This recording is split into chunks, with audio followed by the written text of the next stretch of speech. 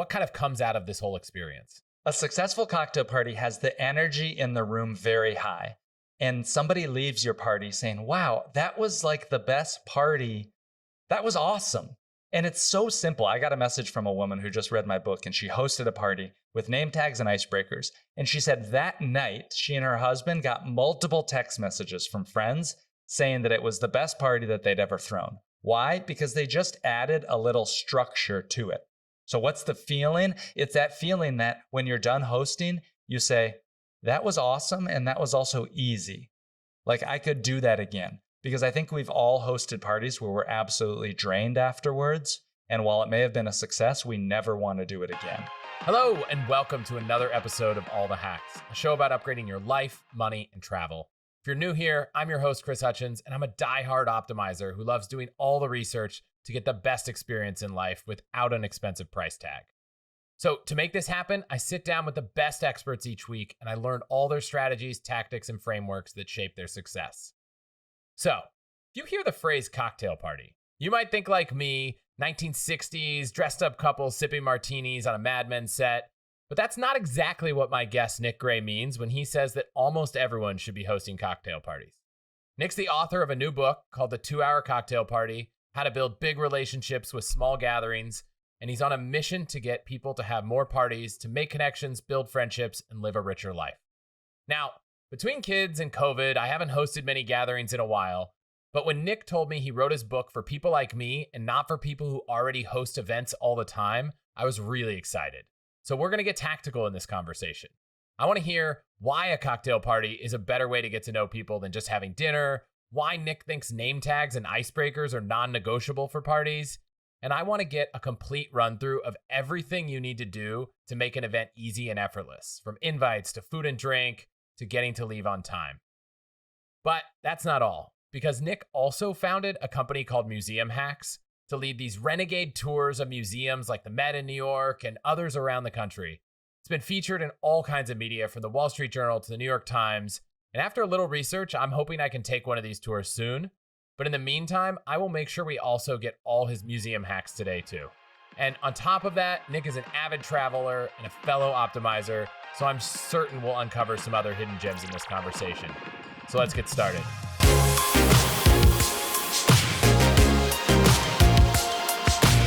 Nick, welcome to the show.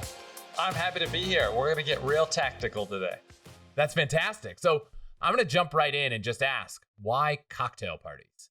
You can get 80% of the benefits of hosting a dinner party with 20% of the work by hosting a cocktail party.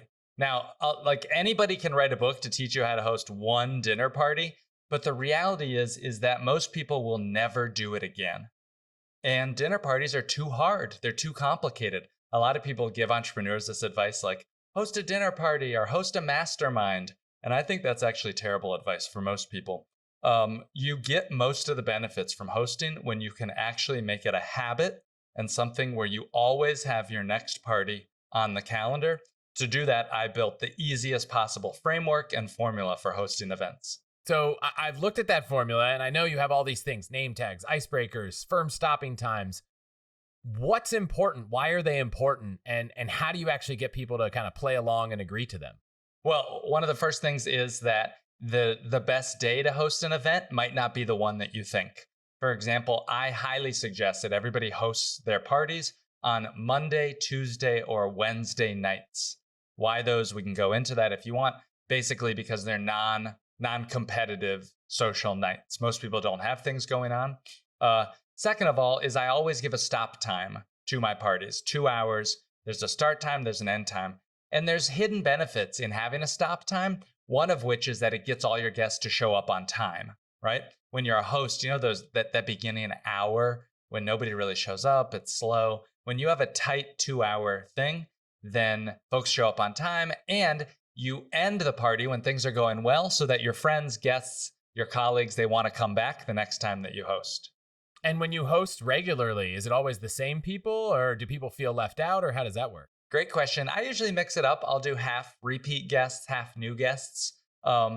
You really get the best benefits when you're going through life. Let's say that you're hosting a cocktail party once every 6 weeks, between those parties, you're meeting all these random people. And here's why I did this, why I can change your listener's life. We meet all these interesting people that we never do anything with. Like, you meet them, they're cool, and you're like, oh, that person was interesting, but I'm not going to go out of my way to schedule a dinner with them. I'm not going to go out of my way to, schedule a one-on-one meeting or a hangout with them because life's busy and things happen. When you have a cocktail party, you get to kind of collect all of those interesting people that you meet through life and bring them back in, and then sort of almost audition them to see if you want to be friends with them or build a relationship, almost something like that. I hope that doesn't sound bad. No, it's funny. We went to a birthday party for a kid named Jackson. I'd never met Jackson my whole life. My daughter has met him at the park with our au pair, and we got this kind of invite through the nanny group to us. And so we go to this party. We don't know a single person. And now we just met, 10 couples with kids our kids' age. And I will share this because we didn't know what to do with them. We're like, you seem cool. We've got kids the same age. But do we really want to orchestrate 10 play dates or group play? Like, it just seemed like we met these interesting parents and we didn't know what to do. So you've sold me on the fact that like dinner is not going to happen. I'm not going to schedule 10 dinners because that's going to take me the next, 10, it feels like 10 months of dinners straight. So that's I get it. I get why I should do it, but it seems like a lot of work. So I'd love to just dial in, like, how do you make this, you said 20% of the work of a dinner party. How is that possible? Okay, I found when I was scheduling dinners that first of all, you have to stress about all the food. By the way, it's not about the food. The hack is that if you are insistent on hosting a dinner party, just order out. Don't try to cook the food yourself. Nobody cares about the food. They're coming for the people and for the conversation. When you order out, it allows you to be a little less stressed about that. But how is it more efficient? How can you get 80% of the benefits with 20% of the work? Well, 80% of the benefits at a dinner party. Have you read the book, The Art of Gathering by Priya Parker? I have not. Absolutely fantastic book. And in there, she says one thing, that when you have a dinner party with more than 6 people, the conversation will naturally split into 2 smaller groups. So if you have a dinner party with 8 or dinner party with 10, the conversation will split unless you're doing Jeffersonian single track with a very skilled facilitator, moderator. The conversation naturally will split into smaller groups. And so I generally would have a dinner party with about 6 because that's easy to host. I find that by hosting a cocktail party, and by the way, the sweet spot, the number of people that you want to have attend is 15 to 20. Why is that? Because less than 15, there's not enough energy. There's not enough dynamic new connections and possibilities. If you have a group of 10 people over 2 hours, you can survey the room visually, and generally you'll talk to pretty much everybody. With 15 people, with 20 people, you probably won't get a chance to talk to everybody, and it leaves this excitement and energy for all of your guests, especially in the room as well. That is a little known fact that the more people you have, the easier it is for you as a host. If you are hosting 7 people, 6 people, there's a lot of work. You're kind of always on. You are the host at all the time. When you're 15 to 20 people, you get to step back into the role of facilitator a little bit more. And my book speaks a lot about that. I can share those facilitation tips and tricks for you. But that's why for me, it's so much less work and I can connect with so many more people in the time it takes to watch a Netflix movie. So I've got the number of people. I've got the day of the week. What, is this send an evite, or how do you kind of get the people to the place, and kind of where do you do it? Just at your home? Do you rent a venue? I'm just going to go through all the questions I have because in my mind, I'm already starting to plan the next one. Well, if you're open to it, can we just plan yours? Can we just do that? And then I'll tell you step by step. Okay, so first step is you need to pick a day and you need to give yourself 3 to 4 weeks minimum in advance. That's what I call the party runway. It's so that you can fill up your guest list, have plenty of time to plan and prepare. And so to do that, then you need to pick a date, a Monday or Tuesday, Wednesday. That's minimum 3 weeks in advance. Do you have a date that would work for you? First time here. Should I go like on the short end 4 weeks? I got a date for you that works in August, about a month out. Yes. I probably have a date that works in September, like 2 months out. August is it. Let's do it sooner rather than later, because what a lot of people will say when they host these parties, oh yeah, that makes sense. I'll do it. So I want to do it when it's perfect. No, like this is something, hosting is something that we're going to do naturally and regularly. We're not going to wait for it to be perfect. And so I would even rather you do this first one sooner, just so you can see how easy it's going to be. And then you can do one that'll be even better later in September. So if you have that date, what day of the week is it? Is it a Monday, Wednesday. a Tuesday, a Wednesday? Wednesday. Okay, great. Now, you need to pick a 2-hour time block. What 2 hours? For me, when I was in New York City, I would choose 7 to 9 p.m., 8 to 10 p.m. even, because I'm single, because in New York, people stay up later. Now I'm in Austin, Texas, and people do things earlier. So here it's more like 5 to 7 p.m., 6 to 8. What 2-hour time block would be good for you? Yeah, I mean, we have kids, and so, you know, I mean, there's a whole question I have about how does this whole scenario change with children? Because, you know, our kids eat dinner and go to bed. Like, do you invite them? So let me throw that out there. Let's talk about that right now. Let's talk about that right now. So what time do your kids go to sleep? Well, one is only a month, so it's just kind of on demand whenever. But the 2-year-old, we usually do dinner around 6:30, do bedtime routine 7:30, and kind of from 7:30 on, she might not be asleep, but she's kind of in her room doing her own thing, hopefully falling asleep. So you have a 1-month-old and you have a 2-month-old, right? Or sorry, a 2-year-old. Yeah, 1-month-old and a 2-year-old. So 5 to 7 could work. You know, we would just maybe need someone to help get her some food so that when the party wraps at 7, we'll go put her down. So I love that idea for 5 to 7 p.m. And you're speaking a lot about what do you do? How do you have a party with kids? And the advice that I've gotten, and I've worked and I've trained a lot of people to host their first party, is they say that you have to have the childcare handled, not just for your kids, but for any of the other people who you might invite, to make it easy for them to say yes and to swing by. And so to that extent, can you have childcare that's available, whether it's your au pair or hiring another babysitter as well, even if you have to spend an extra, I don't know how much babysitters cost, $50, $100, even if you had to spend a little bit extra to have one extra person that was on hand, the concept or the idea would be to have like a simultaneous children's party in your home in another room, separate from the adults. How does that sound, or how does that hit for you? I mean, I think that can work. Like we could ask around. It's in the summer. There's a lot of kids in our neighborhood that are home from college. We could probably find a couple people to help entertain kids. Or, you know, I'm less worried about that. I'm more worried, you know, are the parents going to want to let their kids go hang out with a random person? Or are they going to want them to like hang out in the back, a second half of the backyard? So you can maybe have the kids in the backyard where they're kind of in eye shot, but kind of doing their own thing. Both of those things, but just having the extra set of hands available during the party will let you figure out and feel the vibe. Do you feel that your questions or concerns of managing the kids during the party are now handled, doing it on a Wednesday night from 5 to 7 p.m.? Yeah, I think that, I mean, we'll find out, you know, if anyone shows up or they're all like, no, I've got kids, I can't do 5 to 7. I think the biggest question is if everybody feeds their kids 5 to 6 o'clock, how are the kids going to get fed? So you might not need parent food, but, you know, kids might need food. Well, I'm so glad that you mentioned that, because if one of your listeners is saying, why are they talking about kids so much? I don't have kids. Well, the next step is going to apply both to you and to somebody without kids. Now that you've picked your proposed date and time, Wednesday from, what time was it again? From 5 to 7, okay? You're now going to think about what I call your core group.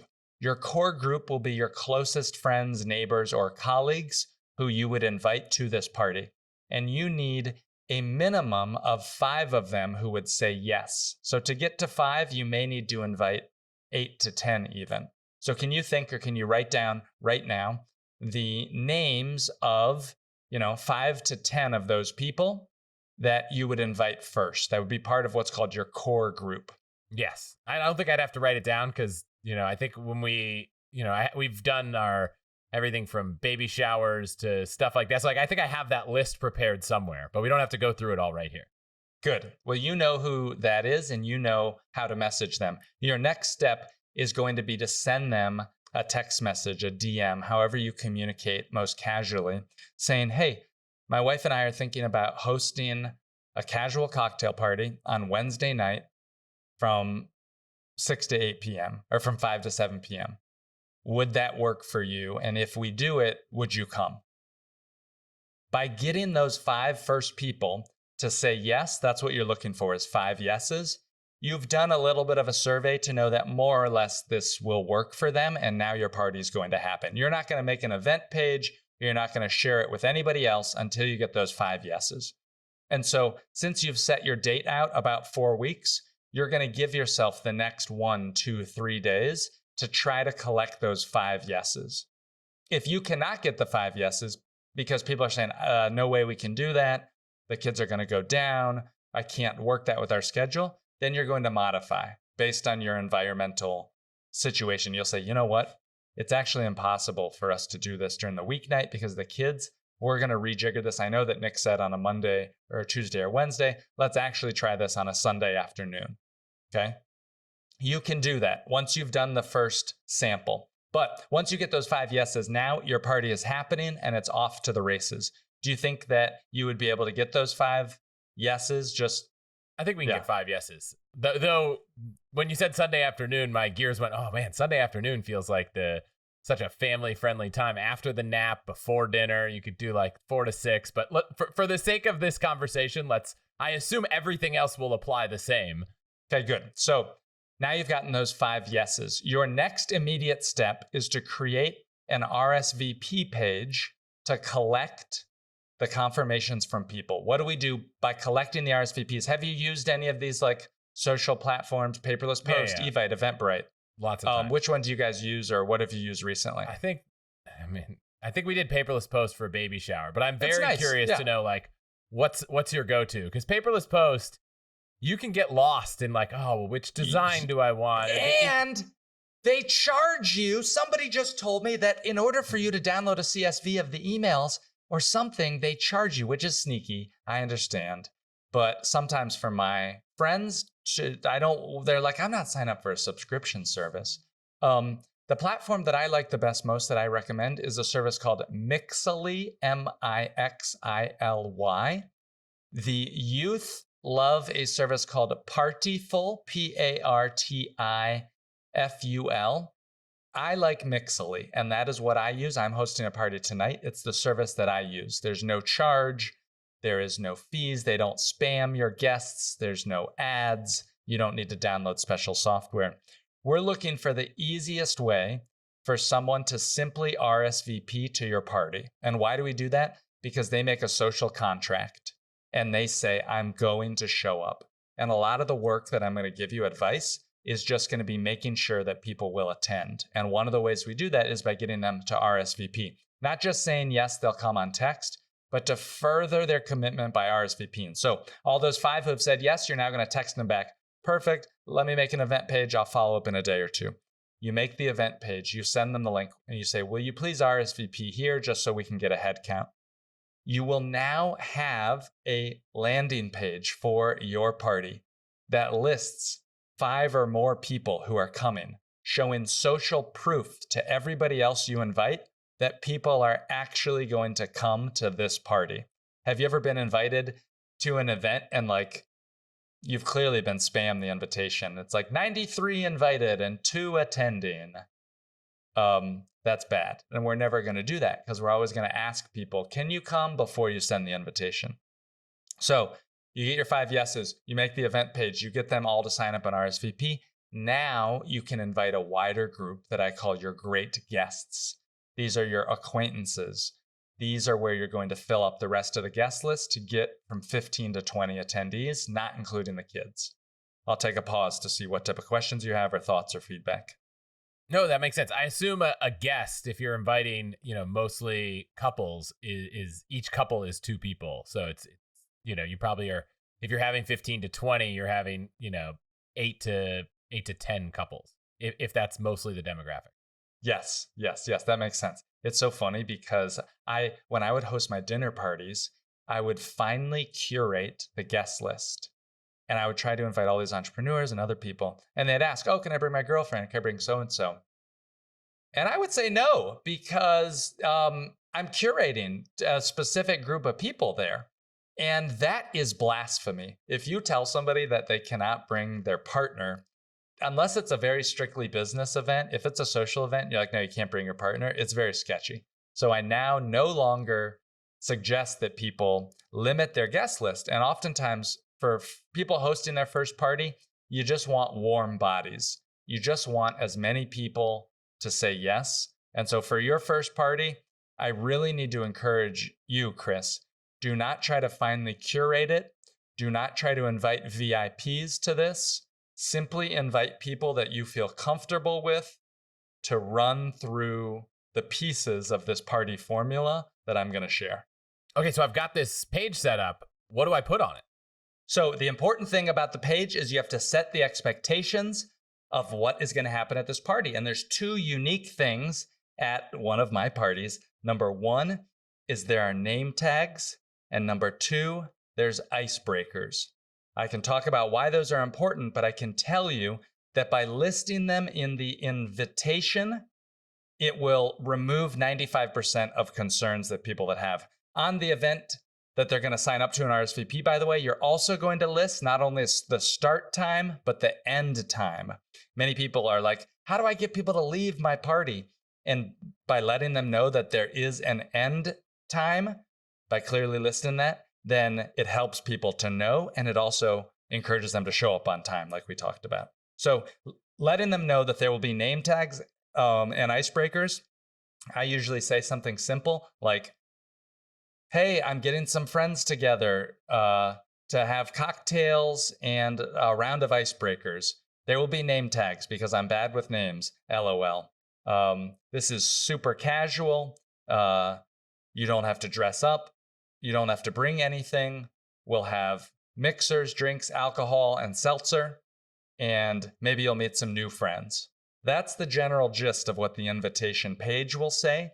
And by giving people knowing what to expect, it not only helps them have a successful event, but it also encourages people that are kind of shy or like introverted.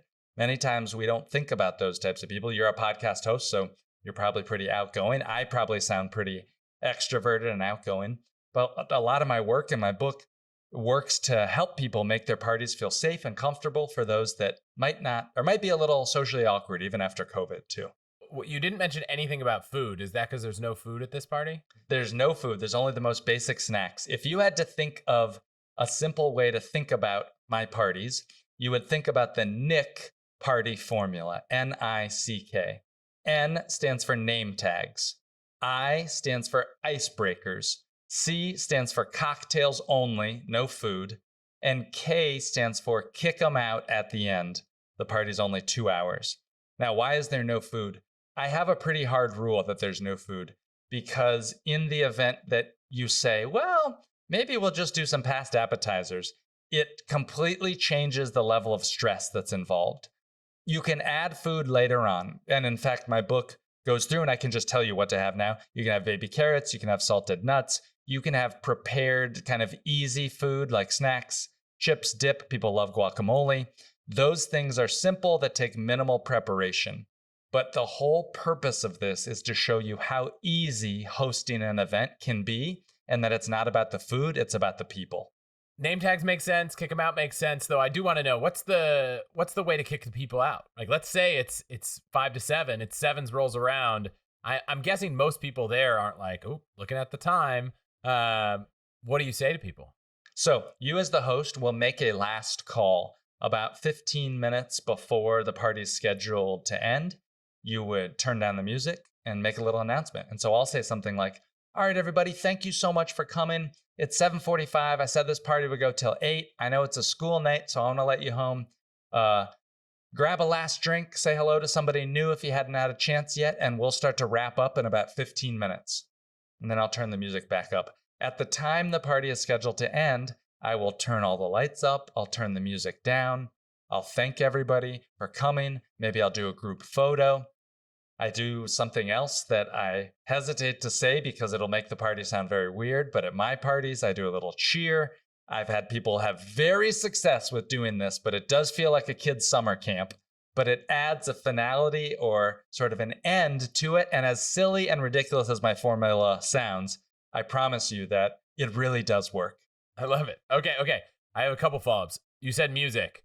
Is there like a go-to playlist? I feel like that could be a stressful thing for a lot of people trying to curate what's playing. Oh my gosh, never try to pre-program a playlist. You want easy, happy music that is not too loud. I will play the Beach Boys channel on a streaming service. It's easy, it's non-controversial, it's upbeat, it's generally positive. I'm looking for stuff like that. I have collected a list of playlists, www.party.pro/playlists of party playlists that my friends and readers and other hosts have used.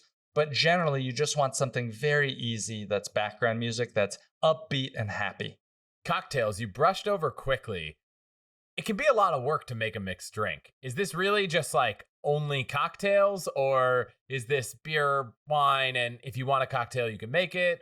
What's the drink situation? First controversial thing, there's no beer, and I'll tell you why there's no beer. Second thing, I wrote a book called The 2-Hour Cocktail Party, and I don't even drink alcohol. So that's ironic. There's not a single mixed drink recipe that's in the book, but we use that phrase, cocktail party, because it encapsulates a social construct of an easy event that is lightweight and acceptable to pop into.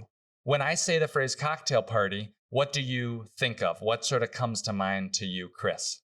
Yeah, I mean, like I said in the intro, it feels very like, walk in, grab a martini kind of thing. But when it comes out of your mouth, it obviously doesn't feel that way. It feels a bit more casual.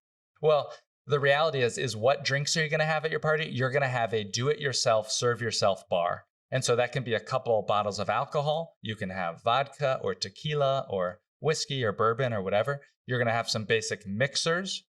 You'll have a bowl filled with ice. You'll have maybe some juice and plenty of non-alcoholic options like seltzer water, or hard seltzer. Now, I do not include beer for my list. Are you a beer drinker? I'm a casual beer drinker. Like I enjoy beer, but I wouldn't say it's always my go-to. Do you have friends that are beer drinkers, that are beer drinkers? Yeah, I mean, I would be shocked if anyone ever says no to that. So generally what I find with beer drinkers is that they are highly brand loyal. Beer drinkers are very specific in their beer preferences. They're highly brand loyal. And beer just creates a lot of party shrapnel. What do I mean by that? I mean, like, there's extra beer bottles, there's beer cans, there's just like all this extra stuff. What type of beer? Well, if I'm going to buy this beer, then you need another type of beer for somebody else. If you want to serve beer at your party, you absolutely can. But I want to tell all your listeners, I've hosted hundreds of parties never serving beer, and it's just another thing to remove the stress for me, and I've never had a complaint. So there's all these little hacks that I'm doing, which is just trying to make it as easy as possible to teach you that you can host and you can make hosting easy, and that it can absolutely change your life if you become someone who hosts. Okay, so I've got the drinks down. You didn't mention wine. Is there wine there? Wine, some white wine, some red wine. In the summertime, a rosé. Just get 2 bottles of each. That hit everything except this kind of looming topic of icebreakers. And I think anyone listening right now is kind of wondering, oh gosh, like what does Nick mean when he says icebreaker? Yeah, and why do icebreakers? Aren't those silly? Aren't those childish? Well, we do icebreakers because it's a short survey of the room. And icebreakers also not only give your guests excuses to go meet new people, which, by the way, that's why your party is going to be very successful. And that's why your friends will love you for hosting this, because you are going to help them meet new people. Most adults haven't made a new friend in the last 3 years. And yet, as we get older, we need friends more than ever, right? Friends become like a game of attrition. They have kids, they move, things happen. We don't see people as often. Your party will be successful because all of your guests are going to talk to a lot of new people. How do we encourage that? By using these icebreakers. Icebreakers are a short survey of the room. Generally, you'll go around the circle, you say your name, you'll say what you do for work. If you don't want to say for work, you say something you're excited about. And then the third one, which is the icebreaker question, okay? So each icebreaker has 3 parts: name, what you do for work, and then the icebreaker question, right? You'll do 3 rounds of icebreakers. I think of icebreakers as a green, yellow, red scaffolding, where you would want to start your party with a green level icebreaker. A green level icebreaker, the one that I use, that I suggest everybody use for the first one, is, what is one of your favorite things to eat for breakfast? So first, how does that hit with you. What are your thoughts? I'm ready for it. If you hate it, then tell me and I'll tell you why it's great. But I just want to hear your thoughts. I mean, I don't actually eat breakfast that often. So because why not? Why don't you choose to eat breakfast? I don't know. I just you just skip. It's not for health reasons. You're not intermittent fasting. I'm just lazy. Sometimes it's been intermittent fasting. Sometimes it's just been like, I don't want to, it's just one more thing to think about during the day. Yes. Now, when you do eat breakfast, what's one of your favorite things to eat for breakfast when you do? I mean, when I do eat breakfast, it's usually like some ridiculous, like make an amazing breakfast for the weekend kind of thing, like lemon ricotta pancakes Are you lemon ricotta pancakes? Are you kidding me? That's like a go-to, once a month kind of thing in our house. I've asked this icebreaker hundreds of times. I've never heard somebody say lemon ricotta pancakes. That's incredible. Yeah, because I think it's like I don't make a lot of breakfast. So if I do make breakfast, I'm going to, step it up. And I have this recipe. Now I feel like I should put it in the show notes that I think is just like every time I make these lemon ricotta pancakes and they're not that hard, it just wins every time. Wait, now I got to know. How long does it take you to make that? Okay, look, if we're doing this at my party, I just want to show you right there what just happened. You expressed a piece of your personality that you share and you make your secret thing, lemon ricotta pancakes. Now, you might not always eat breakfast, but you did get to share when you do make breakfast what you make, okay? Everybody chooses or not chooses to eat breakfast every single day. And it is generally a positive, happy feeling that we have. A good green level icebreaker is an icebreaker that's quick to answer, it's fast, and it doesn't incur judgment from others. A bad green icebreaker, which I would never do, would be something like say your name, say what you do for work, and say your favorite book ever. Okay? Because that's subjective. That's definitive. That's very hard to pick. It's going to maybe elicit a little bit of judgment. People are going to try to show off. They don't know. Now, how do we modify that? Right? It's what I said. What's one of your favorite things to eat for breakfast? I still wouldn't ask what's one of your favorite books. I would ask that later because a book is an intellectual thing, right? Breakfast is a human, delicious thing. It's a fun thing. It's an easy thing. So we ask that as just a way for everybody at your party to sort of sound off and express a piece of their personality. You do it very quick. A good icebreaker is a quick icebreaker. So you're not going to allow for follow-up questions like I was drilling you on, right? You're just going to have everybody go around. And then you just say, all right, thanks everybody. I do those icebreakers so we can all meet somebody new maybe. I hope you'll say hello. And then you as a host, shut up. And you just let the party go, which is so awkward as a new host. If you've never done this, you're like, this is terrifying. But then you do it and the room explodes. It comes alive. People go up and they talk to new people. You turn the music back up and everybody's making these conversations. So we do that because most parties you go to, you just like you went to your kid's birthday party recently. They didn't do icebreakers. Maybe you bumped into somebody and started the conversation. I'm guessing, right? It's just physical proximity. Don't let your kid drink that juice box because my daughter just threw it on the ground. Like that was our icebreakers. Yes. And there's nothing wrong with those. Those are fine gatherings. But for listeners of your show, they're interested in how to get more out of life. They're interested in optimizing things. And as cliche and as ridiculous as it sounds to optimize your social situations, it does help if the goal is to help your friends make more friends, to do a survey of the room, do a couple of them during your party, to give people excuses to go start a new conversation. Because, by the way, the other reason we do icebreakers is it gives people an easy excuse to end their conversations. So are you doing these like every 30 minutes? You kind of pop in, do an icebreaker, and then turn it off? That's exactly right. You do them every 30 minutes. You're going to do them 3 times throughout your party, 2 or 3 times. And they should only take 5 or so minutes. By the way, a hack that everybody needs to know, the icebreakers, you have to be standing. You cannot let people sit down. It is the kryptonite to a successful, you can't do icebreakers sitting down. People will ask follow-up questions. They'll drone on. A good icebreaker is a fast one. You said you go from green to yellow to red. What are the more advanced ones? And do you have people, because people are coming, going, do you redo the names and the works each time? Yes, you redo the names. You do that for all of them. So your first icebreaker, I'll get into the details with you. Your first icebreaker, you're going to do when there's only 5 or 6 people who've shown up. And that is what I call lovingly the awkward zone at a party. It's the first 10 or 20 minutes when not many people are there. It's a little bit awkward. There's not enough energy in the room. You do the icebreaker to bust out of the awkward zone. You're going to do that same icebreaker about 20 minutes later when now everybody has arrived. And then 30 minutes later, you'll do your last and final icebreaker. And what I like to ask is, say your name, say what you do for work, and then say one of the favorite pieces of media that you've consumed over the last couple months. That could be a show on Netflix. It could be a podcast like this. It could be a great book that you read, a long form article, a funny meme that you saw, a TikTok video, just a cool piece of media that you consumed and enjoyed. And Chris, this one works so well because everybody's sharing great recommendations for a book, a movie, something, and people are wanting to write down stuff. They're feeling smarter because everybody's sharing these great ideas. So I love that one. What about that middle break?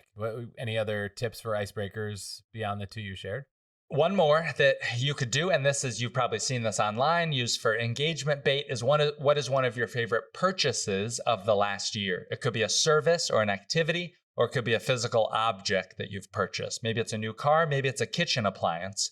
But what's one of your favorite purchases that's made your life better during the last year? And people love to share. I love this one. Yeah, that's good. I don't know. I don't think I have any other questions. Are you using... There's one more thing. Can I tell you about this? Yeah. Okay. Reminder messages. You need to do 3 reminder messages leading up to your party to keep it top of mind. And you'll send those reminder messages, one of them 1 week before the party. Simple message. Hey, everybody, what's up? Excited to have you guys over. We'll see you next week on Wednesday night at 5 p.m. More details to come. Okay. The next one you'll send is 3 days before your party. And for that one, you're going to use something I call guest bios. And guest bios you're going to do for half or more of your attendees. It's a brief blurb about your guests. So for me, it could be Nick Gray recently moved to Austin, Texas. He lived in New York for 13 years. Ask him about green tea, right? It's a quick little blurb or summary that you could pull from their LinkedIn or their Instagram or something like that. And it doesn't have to be 100% right. You're not asking for permission from other people to get this right. You're just writing some stuff to give these conversational access points and also to get them locked into attending and to give those sort of introverts or shy people an idea of who's going to be there and an idea of who they might want to talk to, and to raise the excitement of all the other people as well. But not everyone, just a few people. You don't have to do it, everyone. What I suggest is half or more. I'm more focused on the minimum. Don't do any less than half. So if you have 16 people coming, you need to do the minimum of 8. But don't feel that you have to do every single person. I generally feel more is better, but don't feel like it has to be work. You know, you're not going to spend an hour writing this thing. It's just a quick little blurb. I think I got it handled. I think I'm ready to go. Any follow-up after? Do you try to get feedback on how it went? Yes. So right before you do your 3rd round of icebreakers, you are going to do a group photo, right? A quick selfie. What's up, everybody? Turn around. I'm going to take a selfie real quick. Okay, group photo. The next morning, you will send them a thank you message. Thanks, everybody, for coming. You'll include everybody on BCC. Thank you guys all for coming. Can I invite you next time, right? Simple question that's easy for them to say yes to, and you attach the group photo. That's it. That's all that you do. Yes, you can do surveys. That's an advanced level move. I don't recommend it yet. But yes, surveys are helpful as you start to host more. Any other advanced moves for people who are hearing this and they're like, no, I'm ready for them now? Oh, gosh, I hesitate to say this, but yes, I will tell your listeners, but please don't do this first. Please do not do this first. Okay, a popular theme that you can do. I'm trying to teach, and I wrote this book and all this stuff that I'm sharing because this is an operating system to run events. You can use it at kids' birthday parties. You can use it at a lot of different type of events. For your first one, just do a cocktail party. Don't try to get fancy. One that is an absolute banger, huge success, is for your neighbors and friends to do a book swap. Everybody likes books. Everybody has extra books they want to get rid of. everybody likes to get new books. A book swap is so easy. You use the same exact formula, name, what you do for work, but maybe instead of something else, you'd say, and tell us about one of the books that you brought, right? Why is it a great book? This book swap thing, I'm telling you, I've had people do it and it's their most well-attended event. So that's a good one. You can host a clothing swap. I have a formula for hosting a clothing swap. All of these things that you can do more thematic ones if you want, but those are sort of advanced level. Get the formula first. Most people have never run an icebreaker before. And so one key thing, can I tell you about how to run a good icebreaker? Yeah. So here's a key thing. A lot of people don't like icebreakers because the host will be like, all right, we're going to do an icebreaker. Say your name and what you do and the worst first date you ever went on. Chris, you go first, right? It's like terrible. It's so bad. I hate the worst first date is it's a good example of a red level question where there's not enough rapport built up among people yet. So we wouldn't do that one. But a good icebreaker always has the host go first, ask permission for who can go next, and then indicate to the group which way the round of icebreakers would go. So as an example, if I was setting up the icebreaker, I would say, all right, so now we're going to do this round of icebreakers. You're going to say your name, what you do for work, and one of your favorite things for breakfast. I will go first, and then looking to my left, Chris, can we go to you next? And hopefully you'll say yes. I'll say, great. So I will go first. We'll go to Chris next, and then we're going to go around the circle this way. It sounds childish. It sounds like I'm a clown telling multiple times the instructions and which way to go around, but it just makes the instructions crystal clear. It makes it run fast, and it gives power to those, those people with social anxiety. I dated a woman who had a lot of social anxiety, and she said, the more that I could know which way it was going, the less surprises, the better.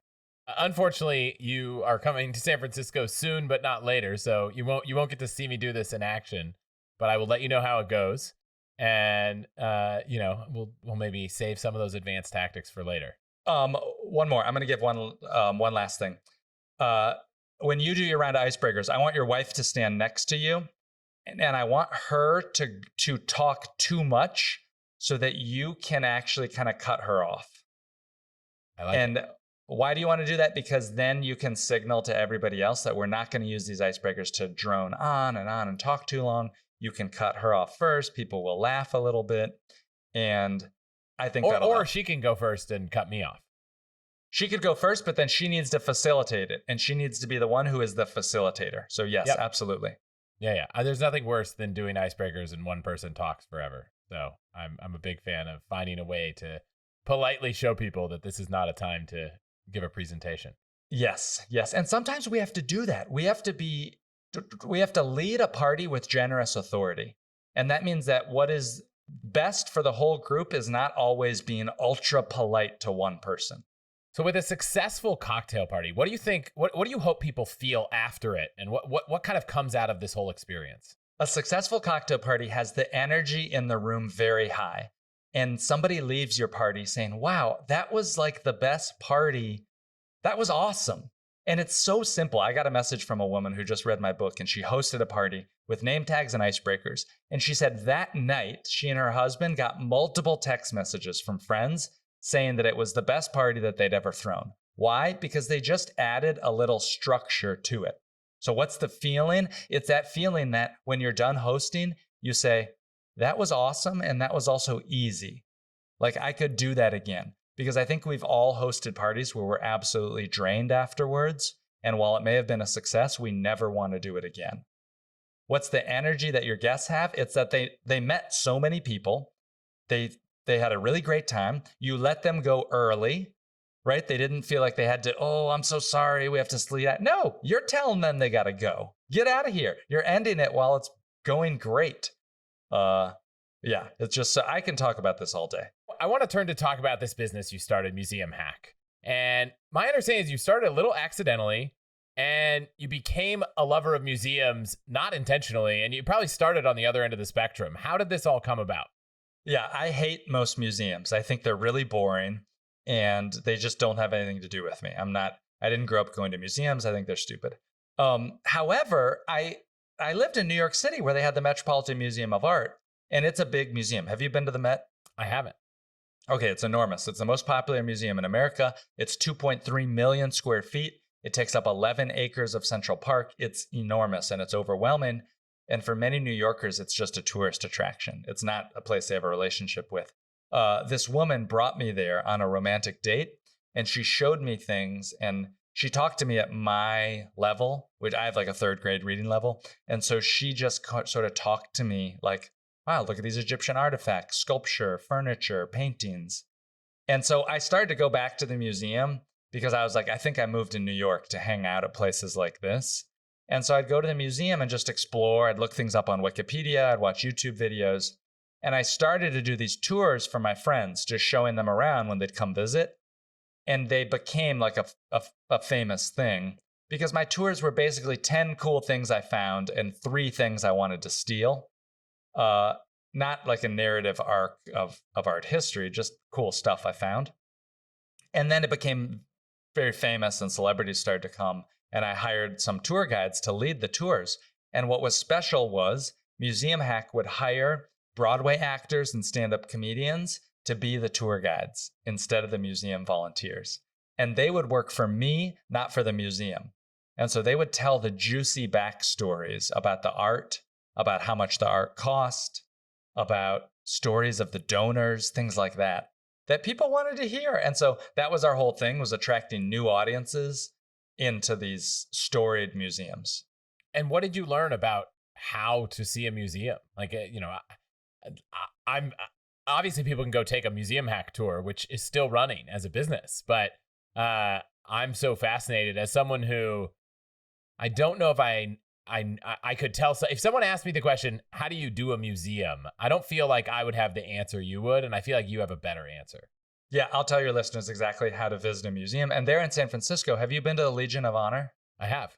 Yeah, it's a nice museum, right? That one and the D. Young are 2 really nice museums there. So here's how to visit. Here's exactly from all my time. And I've been to the Metropolitan Museum of Art more than 1,000 times. And I've been to many other museums. Here is how you should go about experiencing a museum for the first time. So you're going to a new museum. Any museum, or is it, specific categories work better than others for this? This applies to any museum. Museum Hack, in my opinion, works best for art museums. But the hack, the special sauce I'm about to tell you, the way to approach works for any museum. And here's what you're going to do. As soon as you get there, you're going to go in right where you buy your ticket, you'll get a map. And you are going to walk the entire floor plan, and you're not going to stop. You're not going to stop and look at, I don't care if you love it, you're not going to stop. You can circle it on the map and you'll come back later, but you're not going to stop. You're going to walk the entire floor plan to build a mental map of the space and to know where you want to go back to later. So first, you'll walk the entire floor plan. It could take you between 5 and 45 minutes, depending on how big it is. You will then go to the museum cafe. Almost all museums have a cafe. If they don't have a cafe, you can just sit down and you're going to take a little break. I like to go there and I like to get a cup of coffee. You could get a glass of wine if you want, and you get a little snack. You're going to replenish your glycogen or your glucose or whatever. You're just going to have some carbs, maybe some sugar, to build up your energy store, to go back. Now that you've seen everything briefly, you will now go back and look closer at the things that captured your mind and interest. What happens to many people, why we do this, is, have you ever done this? You go to a new museum and you spend like the first hour looking at the stuff that you happen to just walk, like you waste all of your cognitive load and looking energy on things that you don't even want to look at, because the best stuff sometimes is at the very end, the stuff that you're most excited about. And by the time you get to that stuff, you're tired and you're exhausted. So the way to do it is to walk through the entire floor plan. Do not stop at anything. Circle things on the map. Go to the cafe, take a break, and then go back and look closer and deeper at the things you're curious about. And how long does that usually take, would you say, for, I know there are museums of different sizes, but how long would you tell someone to budget for a trip to a museum? I personally can't spend more than 2 hours. I think that this was one of the biggest things that I changed a lot of my friends thinking about, is that you don't have to go try to get every single dollar's worth and stay there as long as possible. I can spend about 2 hours at a museum before I get tired. This is a real thing, getting tired at a museum. It's called gallery fatigue. It happens because we're not in an activated space. We're quiet, we're thinking, we don't know how we're supposed to act. It can be stressful sometimes. So I spend about 2 hours total. So about half that time is a run through and a cafe, and then the other half is actually kind of spending time in the things you're interested in. Yes. Sometimes if I go to a museum for 2 hours, I'll spend an hour in the cafe because I just want to go approach it with a strategy. And many times we don't have a strategy when we go into a new physical space like a museum. We're just walking where our body takes us and we're looking. And before we know it, we've wasted an hour and we're tired and we didn't even get to go see the really cool stuff that's on the second floor back in the modern wing. And could you do that from the map at home, or do you need to be there? I think you need to be there because you need to walk it. You need to physically get in your body and see the stuff firsthand. And also the museum's not going to feature you may be interested, like, for example, I love at the Metropolitan Museum of Art, there's this sofa. It's like a beautiful green sofa. It's not going to be on any of the museum website or featured top galleries. I don't know why I like it, but it was owned by the King of Spain or something. And I love that thing. And you're not going to find that when you do the museum's website tour of the galleries. Do you have some favorite museums from just, you probably, if you've been to the Met 1,000 times, I imagine you've been to, when you're in a new city, I feel like you're probably like, how could you help yourself from going to check out a new museum?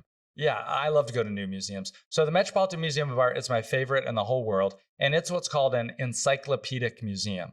That means there's many different galleries and curatorial departments. So I love encyclopedic museums, maybe similar to the Legion of Honor there in San Francisco. In Washington, D.C., I like the National Gallery. I like the enormous big museums because they have a little something for everyone. And using my strategy, maybe will help your visitors approach these really big museums that can be so intimidating to feel like you don't have to get it all in at once. You don't have to it's okay to leave and not see everything. What about deals on going to museums? I feel like, running Museum Hack, while the whole brand wasn't getting a deal on getting into museums, what have you found in that space? For deals, I could tell you how to beat the line. So I can tell people how to skip the line. Deals, it's really, oh yes, oh my God, wait, I completely forgot I have the best deal ever. Oh my God, I have the best. I hope I'm not blowing out my mic levels being too loud. I have the best hack ever. And don't put this in the show notes. There is a membership called the American Alliance of Museums. It's essentially an industry trade group for museums in America. You can join as a non-employee. It's called a friend of the association or something. It's called AAM, American Alliance of Museums. You can join as a friend of the association for under $100 per year. It will grant you access, a free ticket to almost every single museum in America. Wow. Do not blow up my spot. Don't blow up my spot. American Alliance of Museums. It's like the friend membership or something. It should be $100 or less. And me and my friends have done this for many years. Now, you should also support. If you're listening to museums, I'm not trying to scam people out of how to pay for these cultural institutions that largely are underfunded. I want to tell you about this, though, so that you feel like you can go to a museum for an hour and fall in love with it. And you can go multiple times. You can buy this and go to the Legion of Honor for 45 minutes. And hopefully you'll fall in love with it and buy a membership and support it in other ways. What about skipping the lines? You said there was another thing for skipping the lines. Some museums, so for skipping the lines, some museums have additional entrances. Major museums like the Metropolitan Museum of Art will have an education entrance that's for school groups and other things. At the Metropolitan Museum in New York City, there is almost always an enormous line out the main entrance, but no line at the education entrance. Doesn't mean you have to be part of a school group to use that entrance. You can just go in and buy a ticket like normal. That's another hack. Love it. The one hack I want to share, and it's not for everyone, literally, because it's a Capital One related deal right now. But I mentioned this in the last episode, but since this is all about museums, if you have a Capital One card, I think for almost the next year, it's until June 2024, I think, you can, with any Capital One membership, get a 6-month membership to this site called The Cultivist, which gives you and 3 guests access to 100 museums around the world. I know it includes the Louvre, the Guggenheim, the MoMA, and a lot more. So you after that 6 months, you have to pay $40 a month. So, if you like it and you want to keep going, great. But there is a 6-month free membership that I'd recommend anyone with a Capital One card check out. Great one. And then the other one, I can't remember if I've talked about this before, but I didn't realize that joining museums as a member is in many cases not much more expensive than just going. And this is especially true if you have friends or family in town. The Academy of Sciences in San Francisco is a cool museum.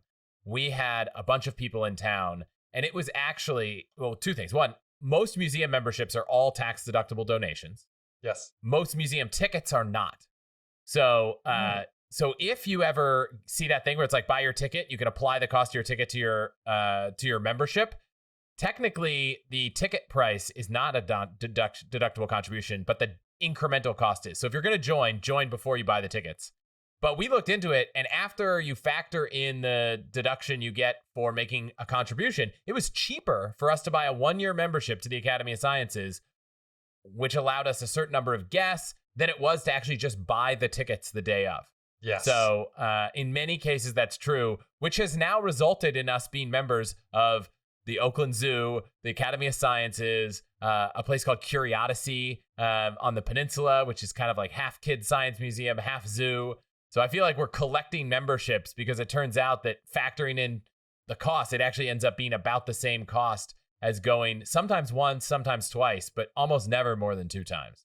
It's really not that expensive. You're exactly right. To join at the lowest level for many of these institutions with unlimited membership. I'll tell you something else for your listeners. A hack for many of these organizations, the biggest ones I'm talking about in major cities, New York, Chicago, DC, Seattle, Denver, big cities, their art museums and sometimes science museums will have something called a young members program, young patrons program, something like that, that typically goes after members 45 or 40 and younger and gives you extremely VIP access at a disturbingly discount rate. I'll give you an example. In New York City at the Metropolitan Museum of Art, there was something called the Apollo Circle Group.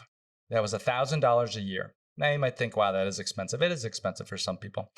That gave you once a month after hours parties at the museum with incredible past appetizers, open bar, private tours from the curators, insane level of access that for older members, they were charging $5,000, $10,000, $15,000, $20,000 a year. But they subsidized this for young people, hoping that you will develop a long-term relationship and donate a lot more. So young patrons programs at these museums, the key word would be to ask if you're looking to buy a membership and you're curious about this, say, oh, what type of young patrons memberships might you have? And then I forgot about Bank of America. If you have a Bank of America card, I think the first weekend of every month, you can go to a ton of museums around the country for free. I know in San Francisco, it includes the Legion of Honor and the DeYoung Museum and that. So even like a free Bank of America checking account would I think qualify if I remember correctly. So that's another one. I'll link to that in the show notes. With Museum Hack, you probably talked to lots of people and learned a lot about planning tours, booking tours. What do you do if you're in a new country and you want to find a tour? Do you have a way to do that cuts through the noise and finds the best tours? I'll tell you right now, the people that are killing it are Airbnb experiences. Have you done an Airbnb experience? We've done a bunch of virtual ones that were kind of like company organized events during COVID. No way. You got to do the real in-person Airbnb experience. And I would even challenge you to set up a date night with your wife and do one of them in San Francisco. On the Airbnb experiences, the problem is now they're spamming them a lot with these photo things where they're just trying to juice for photos. skip all of those. I'm looking for food tours and walking tours that have an average rating above 4.9 with at least 25 reviews. Those are generally, you're going to get some really good tour guides. And what I like about that is they're empowered tour guides that have set up their own businesses that are going to be very passionate. So I like Airbnb experiences, and I will generally schedule it the first thing I do to a city, because then I can ask the guide for advice. This show isn't usually a show about someone's kind of story, their resume, and that kind of stuff. And so normally I was going to skip over the career stuff in favor of all these tactical things we've talked about. But I looked and I was like, oh, you sold your company. Cool. You know, a lot of shows would be like, tell me about that. I wasn't that interested for the purpose of this show. And then I saw that it was actually a very interesting way you sold your company. Something that I think most people probably as business owners wouldn't think of, and most people as employees wouldn't think of. And so I would love to just hear the quick version of that and how it's gone, because I thought it was something that at least one person listening might get a lot out of hearing. Yes, I sold my last company, Museum Hack, to my then CEO and marketing director. They came to me with an offer to buy the business. I never thought that I would sell it. It didn't seem like a business you could really sell to somebody. And I sold it to them using seller financing, which what that means is that they put zero money down and they said, look, we're just going to run the business like we've been doing. And yet we will pay you off over 5 years from all the profits. So you get to lock in 5 years of profits of the business and have zero responsibility. And so that's how I sold the business. And they've done so much better than I ever could have done. They've taken the business to new places, and it was a big win for everybody. There's an episode I think you've done on a podcast about it that I listened to briefly. I'll link to that in the show notes. But I just thought it was a cool story because most small business kind of sales, nobody really talks about how that works. And this was a different one. Yeah. It was super unique. And it now would give me the opportunity to do a lot of traveling myself, which I do have some questions for you about traveling myself whenever it's appropriate. Okay, yeah, no. I had some travel stuff I wanted to jump into because, you know, you have this great website where you've blogged about all these adventures. So, but I'll let you jump in first and let's see where it goes. Fun fact, a friend of mine just flew back last night from Istanbul. And have you gone through their new lounge there? Have you been through the new Istanbul airport?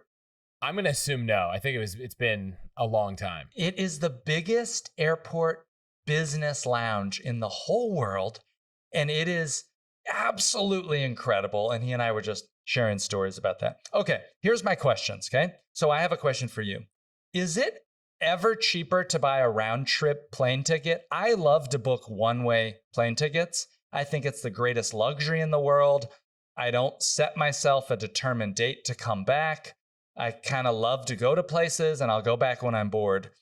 Am I shooting myself in the foot and losing a lot of money? Or, as I assume, are one-ways pretty much the same price as a round trip?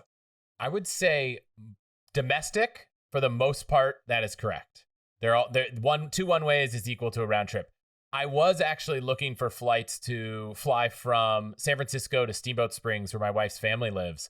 And I actually noticed that booking a round trip was cheaper by about $75. You know, the total cost of the round trip was $75 less than two one-ways. But I also know that in the winter, Steamboat Springs helps subsidize the cost of flights there. And I assume that part of that deal is we're going to help subsidize the flights for touristic purposes. Most people buying one-way tickets aren't flying for, tourism. They're more flying for business or they live there. So I would say if there are places that are maybe small airports where they might be subsidized by the town for tourism reasons, you might actually still get a better deal buying round trip.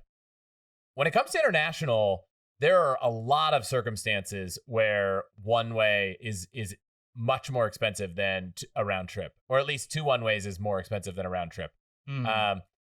The catch there is there's a few things. So one, you could buy a round trip, set your return really far in the distant future, and you could actually look online and say, depending on the airline, what is their policy for cancellation and reusing the funds? And in those circumstances, I would say, let's say you wanted to fly on Air France and you knew you weren't sure if you were going to come back.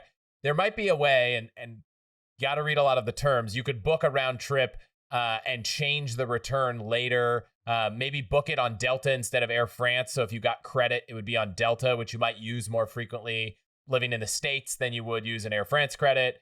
Or for anyone flying business class, it is often much cheaper to fly round trip business class than two one-ways, but the fare is actually round trip. So I've helped a lot of people who are looking to fly one-way business class to Europe.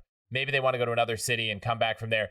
You buy one way to Europe in business and then you fly, but you buy a round trip and the return is in coach.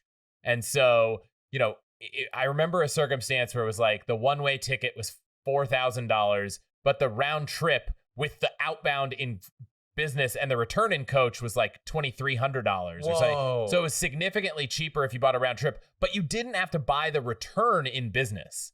So that's another circumstance if you're flying business that can help. But I would say it might be cheaper. Let's say you're going in the summer, you want a one-way ticket to Europe. It might be cheaper to fly round trip, but summer's expensive. But you could always look to return, maybe in January or some other month where it's a much cheaper time to travel. So I don't know if there's a hard and fast rule internationally on when it matters and when it doesn't. But I have seen that be the case. There have been times where it's the case. So I would kind of give you the advice of check and see. And if it's the same, then I would just book the one way, of course. That's smart. I've never thought about that idea. What resonated the most with me is business one way and then coach back and see how that would go to the one way. So similarly, and cancel the coach flight, because in Europe, any ticket you buy that you cancel, even if it's non-refundable, you get your taxes back. The rule is, you buy round trip, business out, coach back. As soon as you fly the business leg, you cancel the ticket and you get your taxes on the coach leg back. I like that. Especially through airports like London Heathrow, where the taxes can be almost $200. Yeah, exactly. Okay, next question. I like having flight optionality, right, as my first question alluded. And so I love to book plane tickets where I can get a full refund very easily. For that reason, I tend to book Southwest a lot. Are there other airlines now post-COVID? Does everybody give you full refunds on flights? Or let's just assume domestic only for now. Yeah, so Southwest, if you book with points, it's like full refund. The points get redeposited. If you book with dollars, you get a Southwest travel credit. You don't get a full refund. Unless I believe there's a new fare. Actually, no, and that credit has to be used by you. Southwest just launched this like Want to Get Away Plus fare. And the main selling perk is that credit you get back can be used by anyone. But most of the airlines have now moved to a similar model where if you cancel something, you'll get a credit back. I don't have the list off the top of my head of which ones are doing that, which ones aren't. And when you book with miles, some of them still charge a fee to deposit those miles back if you cancel it, but many do not. So I would say the most flexibility, with Southwest, if I know I might need to make a change, versus like, this is a trip I'm definitely taking, I try to book with points because they'll just refund the points instead of give you a credit.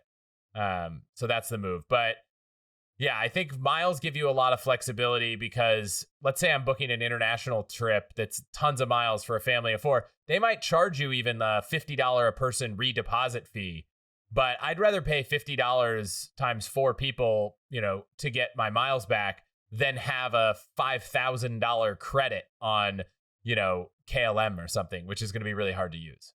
Yeah, super hard to use. So that leads me to my next question. I do book with Southwest, and I do book with Southwest points because I just want it as easy as possible to cancel. I generally just transfer my Chase points 1-to-1 to Southwest just because it's easy and it's built in. I have a bunch of Chase points.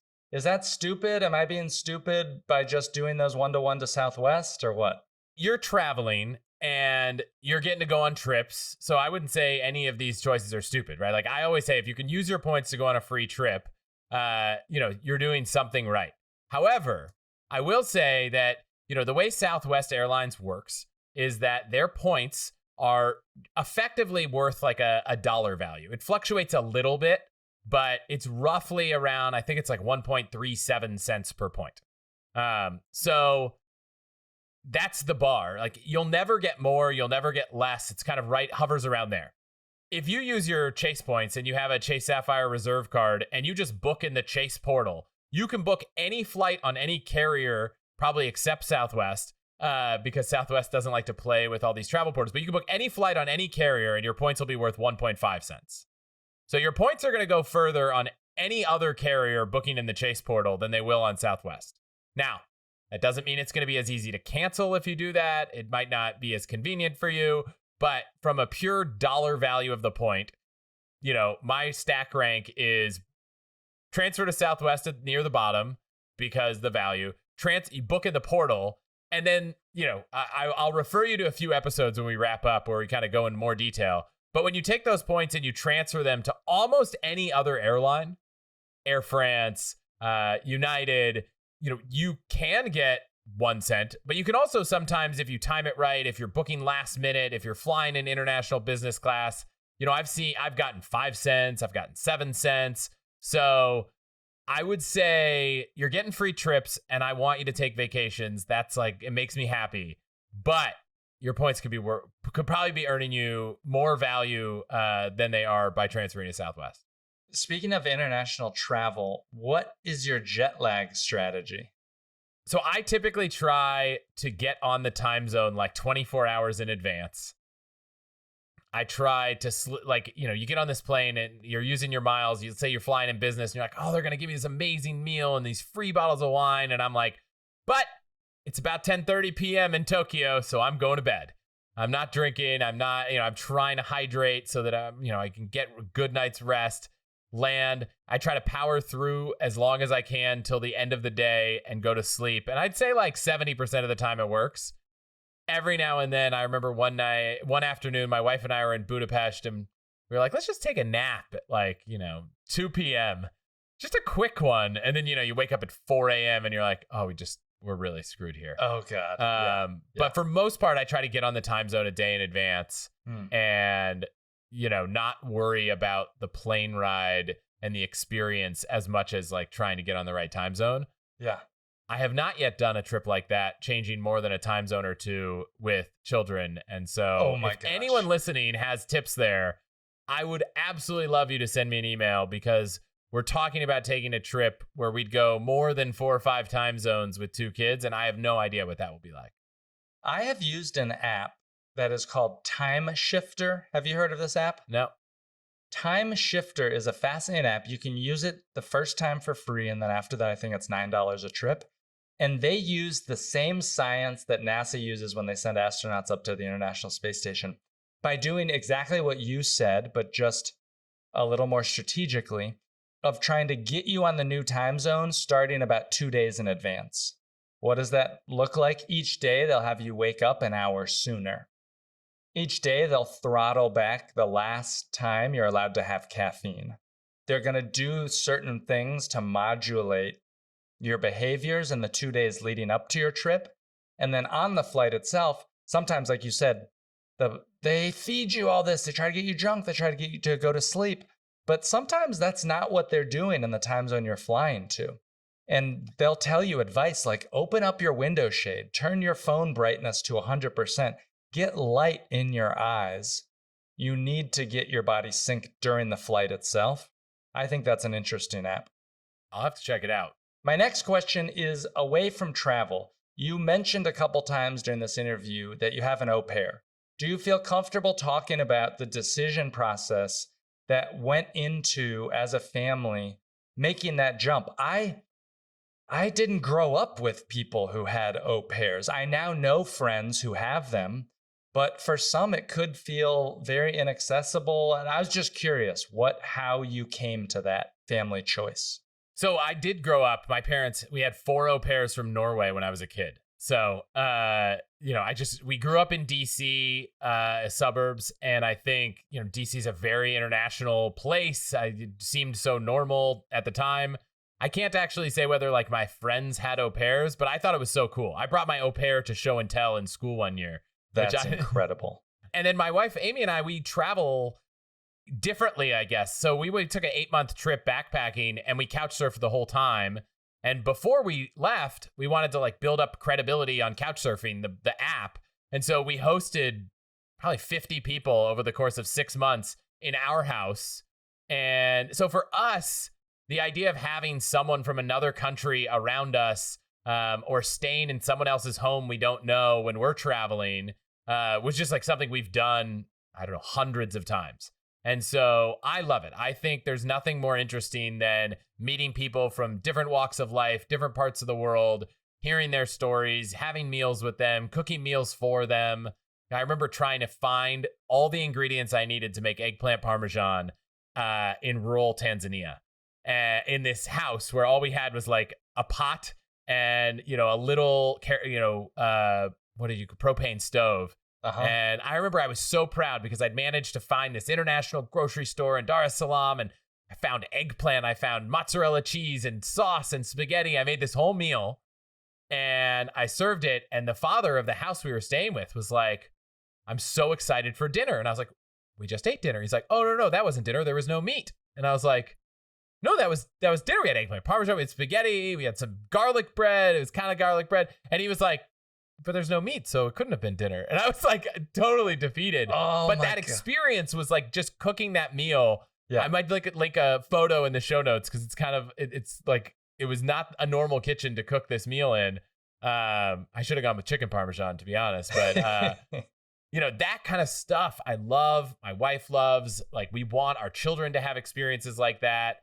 So the idea of having someone from another country who has a totally different set of background, different set of experiences come in and, share that with you for a year, and get to know your family and get to show them around. We've taken our au pairs to visit family, to visit other cities and friends, and shown them around museums. So for me, I think it just seemed like an obvious, great solution. But about half the people I tell it to, about half the people I talk about it with are like, you have a random person living in your house for a year? Like, what?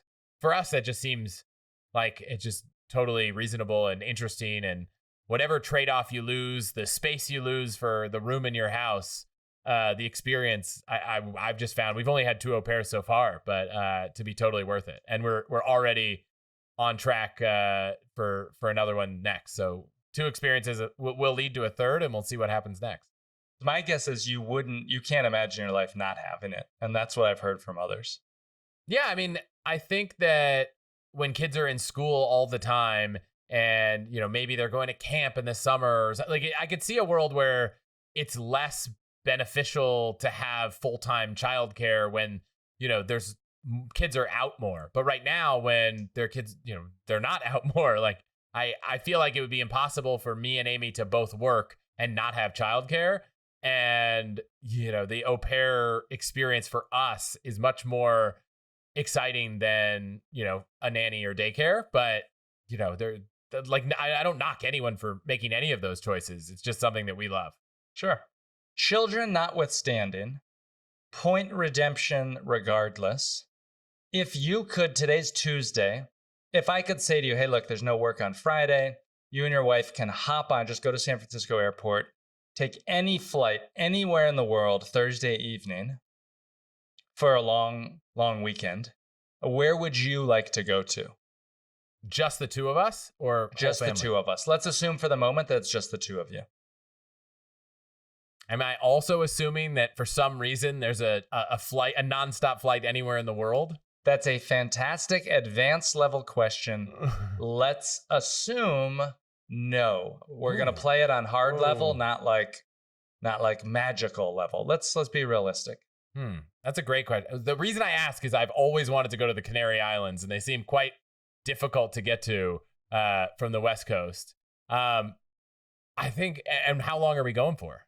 You're going for the long weekend. So you fly out on Thursday night and you'll be back either Sunday or Monday. I'm going to have to think about this. Well, I have my answer because I prepared. Can I tell you my answer? Yeah. So I've been dying to go to Buenos Aires. And here's why. There's a direct flight from many places, probably from San Francisco, from Houston, from New York. It's in the same time zone. And so you can take the flight at like 10 p.m. and you land, it's like a 10-hour flight, and you land at 10 a.m. local time. You've not missed any time. There's no jet lag per se. To me, it seems like the most perfect, like, whole new world environment. And it's currency arbitrage because right now with not only the strong dollar, but just the rampant inflation there and all the other stuff, it now does open up some interesting times for the dollar traveler to get exceptional value. Yeah, we did a trip to Buenos Aires. I don't know if this is still the case. I should be prepared, but I didn't know this was coming. But at the time, there were 2 exchange rates. So there's the, I think it was like the dollar blue, which is like the off-market exchange rate, and then the one you get. So you never, at least at the time, please fact check all this. At the time, you never want to pay with a credit card because they're going at the bank rate. But the other rate was like half the price. So you would basically like walk down the street and someone would be like, you need currency, you need exchange. And you'd walk into some random place. I remember at the time I was like watching YouTube videos on like how to test the currency if it's real, because everyone's buying all their currency in like back alleys. And now there's WhatsApp groups and you'd message them and they'd come to your hotel. And but I can only imagine that if inflation has gone rampant, the dollar's gone more valuable. It's even more valuable to do this. I second that. The only thing I'd say is we went to Argentina. Buenos Aires is awesome. It's incredible. It's one of the few places in the world, maybe New Orleans is similar, where people will say, oh, you've got to check out the cemeteries. Really? Which is a strange thing to recommend, but they're just so interesting and different than you've seen anywhere and beautiful and ornate. But there's just so much cool stuff in Argentina that I wish that you would have more time than a weekend to go there. But I did do an episode for you to listen to with the basketball player Manu Ginobili, who's from Argentina, where he talked about some of his favorite tips. So check that out before you go. I would love to. I also did a similar trip for a long weekend to Bogota, which was awesome. Even closer, same time zone, really accessible. Gosh, I don't know where I would go for a long weekend. So let me throw some ideas out there. Is that okay? Yeah, go for it. Would you guys go to Hawaii? We are going to Hawaii in a few months, so I feel like I would not go there this weekend if it was a surprise adventure. Okay. Would you go to Japan? 100%, but Japan is not open right now. That's right. Oh, you're right. Okay. So Japan would always be the number one on the list. It's like, if you want to go on a trip, we're always like, is Japan possible? If not, we'll look at the rest of the world. Yes. Would you go to Bangkok? Would you do anything in Southeast Asia? Yeah, so we're actually talking, this is so funny, all the things you mentioned. So we're talking about taking a trip maybe October, November for a couple weeks with kids and au pair. And the plan was to go to Japan, but because it's closed, now we're talking about Bali or Vietnam or Thailand because we had so much fun there. The trip, if you hadn't constrained it to a weekend, would be, let's go to New Zealand. I've heard incredible things about New Zealand, nonstop flight, crazy long, way more manageable without children than with. And that would be the place. But I just couldn't imagine going all the way there and then turning around 3 days later and coming back. So that would have been my go-to had that not been the constraint. I love the New Zealand. Is there any place in South America or Central America that is interesting to you? You mentioned Bogota. I went to Medellin, and I have to admit, I didn't feel safe there. I felt, we heard a couple stories where there was one day I just wanted to go take a nap in the park, and someone's like, you're not gonna take a nap in the park. That's not a thing that we do here. And the idea to like not have your cell phone out and things like that, it became enough where I was just kind of spooked eventually and we bounced. But I heard so many great things about Medellin. I'm curious what your Bogota experience was, or if there's anywhere else in Central or South America. Yeah, I mean, if I were recommending to other people, I could go on for like a great list of definitely Mexico City, awesome weekend trip from the US. You just want to sit on the beach and relax. Cabo's a great trip from the US. Bogota was a great trip. What's up with Oaxaca? Have you been to Oaxaca? I have not, but I've heard cool things. I haven't been. So I think one place I'd go for the long weekend, I'd go to Costa Rica. I went once before my wife and I think we'd even met. And it was awesome. And she's never been. She's wanted to go. And now it's been 10 plus years. A lot of what we'd want to do, we looked at doing with kids and we were like, gosh, it's just not the right place to go right now. Like, I want to go surfing. We want to go like hiking in the rainforest. And like, they're just not the most toddler friendly activities. So to finally answer your question, if we got thrown on a plane right now, this weekend, I'd say, let's go to Costa Rica. It's not the most inconvenient from the West Coast, way easier from LA because there's direct flights. That's probably where we'd go. All the Hacks listener meetup in Costa Rica. Get with ready the cocktail party. With the cocktail party, with the name tags. Okay, speaking of travel, this is my last and final question for you. Do you have any travel gadgets that you absolutely love? It could be as simple as, for example, I have a travel spork, this tiny little spork that I just throw in my backpack. And maybe I only use it like once every 4 months. But when I get to use it, I'm like, hell yeah, I got that spork. I don't have some people have that long list of here's all my cool travel gear. I don't have the long travel gear list. The couple of things I'll share that I think are important. And one, we use those like stuff sacks to compress your travel, all your clothes and everything else.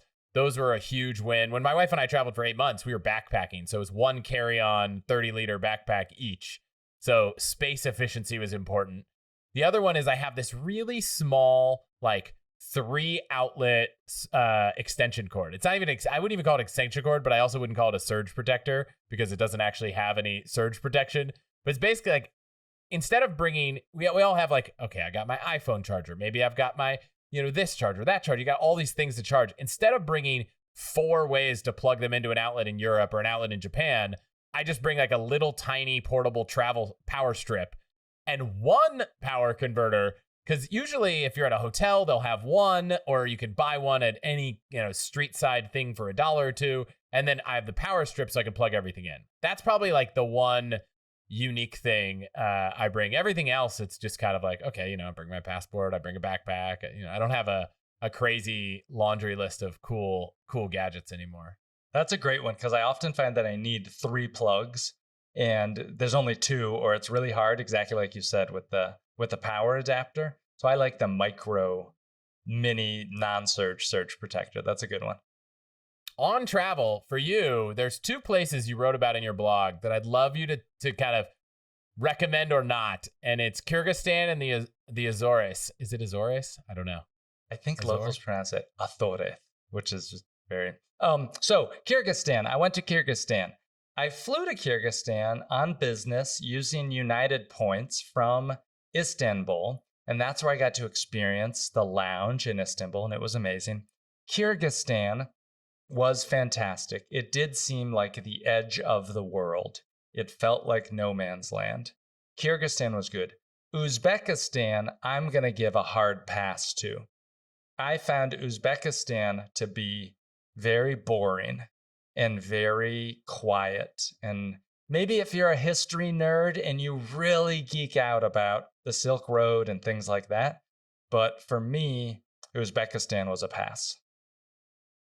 For the Azores, the Azores, however you pronounce it, I went there on a cruise. I've done a bunch of cruises. Have you guys done any cruises? One like weekend cruise to the Bahamas, and that's it. So let's jump to cruises. I'd love your take on cruises. I'd love to talk about cruises because I do them in a really weird way. I do weird cruises. For example, I'm going on one tomorrow that goes Vancouver to Los Angeles. I've done a lot of transatlantic cruises where they reposition the cruise. That's when I went to the Azores or the Azores.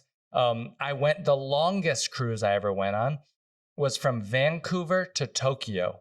I think it was 17 days. Now, these cruises, you're not partying hard. This is not a party cruise that's going. It's a really unique type of person who goes on this cruise. And I love it because I get to caught up on my reading. I'll read a book a day sometimes. I get my diet dialed in. I get my gym routine. You have the opportunity to reinvent your life at sea. And it's a really special experience. They're generally called repositioning cruises. And they're very unique. And those are the cruises that I like. But even regular cruises with friends, I love to do them. And I think it's unique because I've been to a lot of weird places. And I think people might think like, oh, you're too good for cruises.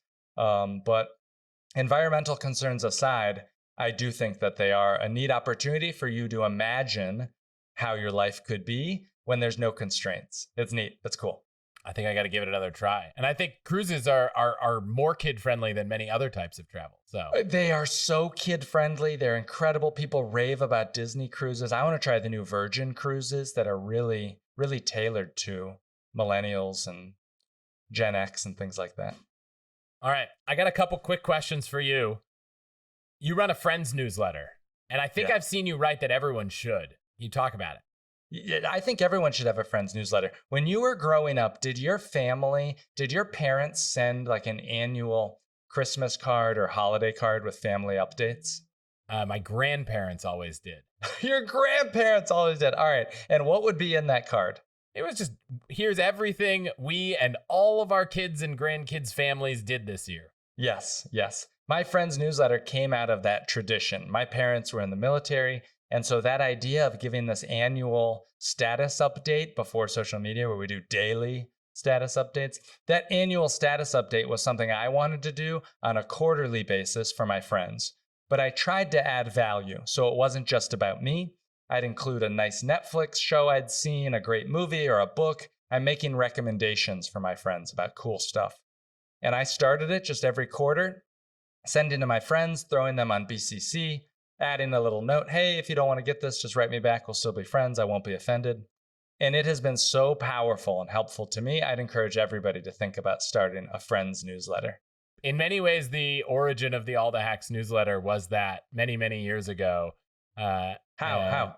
I started this newsletter called Life Updates, and it was like once a year, a life update of what I was up to. And then every time I started some new project, I kind of like somewhat folded them together, and it kind of evolved and evolved. And some people have been on it since then. Some people have obviously just found out about it since relaunching the podcast or launching the podcast. What things, when you were sending that newsletter, think back to the earliest days. Think to the earliest days. For example, I can't talk about this now, but I added people who didn't ask to be added. I just sort of spammed my friends a little bit. And that helped me get started, to be honest. But I'll tell you what, if I did 100 friends, and if 5 of them were mad that I spammed them, the other 95 were not mad, and some were even happy to receive my updates. So because everyone likes to travel, I love to ask every one of my guests to pick a place anywhere in the world that they know well and tell someone who's there what they should do, what they should eat, where they should have a drink, and kind of give them a few ideas. All right, because I spent 13 years there, I'm going to say New York City, but I'm going to give some new ideas that maybe people may not have heard elsewhere. Number 1, the best park, the second best park in New York City, the first best obviously being Central Park. The second best park in New York City is Washington Square Park. It is a locals only, filled with characters. The vibes are immaculate. You can go almost any time for people watching, and it's very centrally located there. At the Metropolitan Museum of Art, I mentioned that there's 2 entrances. There's 2 entrances at the Met. You, listeners, can take the entrance at 81st Street to skip the lines. Now, when else should you go to the Met? Well, on Friday and Saturday nights, because the Met stays open late till 9 o'clock. Most people do not know this. I would suggest arriving at 7, and you can enjoy the museum almost all to yourself. So I would suggest that. Before the Met, why don't you go to Central Park and go to my favorite place in Central Park called Sheep Meadow. Sheep Meadow is a sprawling green area with skyscraper views. It's a great place to have a picnic. Really the best place in Central Park, in my opinion. And then the last thing that I'll suggest is if you want a fun activity in New York City, I'm not sponsored, but there's a thing called Scott's Pizza Tour. Scott is a classic tour guide in New York City, and he has a whole network of guides where they show you the behind the scenes of how the pizza's made and things like that. I love that place, Scott's Pizza Tour. You've written about a ton of things on your blog, everything from Chrome extensions you love, using a virtual assistant, saving money buying a car. I had this lofty dream of getting to all of these topics. We're not going to do that. I definitely recommend people check out the book, check out the blog. Where else can people find you online? What do you want them to check out before we wrap? So I wrote a book called The 2-Hour Cocktail Party. That is, if you like this show, it's incredibly tactical and practical with a lot of specific instructions. And the name of that book is called The 2-Hour Cocktail Party. If you go to my book website, www.party.pro,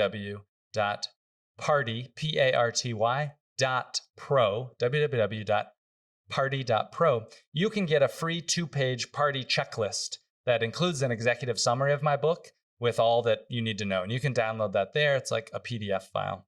And then I do have a friend's newsletter, which I think is like my favorite newsletter. Nobody likes to read my friend's newsletter more than I do. And it's great. Some people say it's one of their favorite newsletters after the All the Hacks newsletter, of course. And you can find that on my website, which is www.nickgray.net, N-E-T, nickgray.net. And on social media, I'm at Nick Gray News. In the show notes, we'll include how to host a clothing swap, how to host a happy hour, how to plan a networking event, other ideas that you can use to just bring people together. Oh, here's the last thing I'll say. All the stuff I've taught about is not rocket science. Hosting a party is something anyone can learn, but no one really teaches us how to throw a well-run event. This is something you can learn and you can become good at that just might change your life. I love it. Thank you so much for being here. Thanks for having me.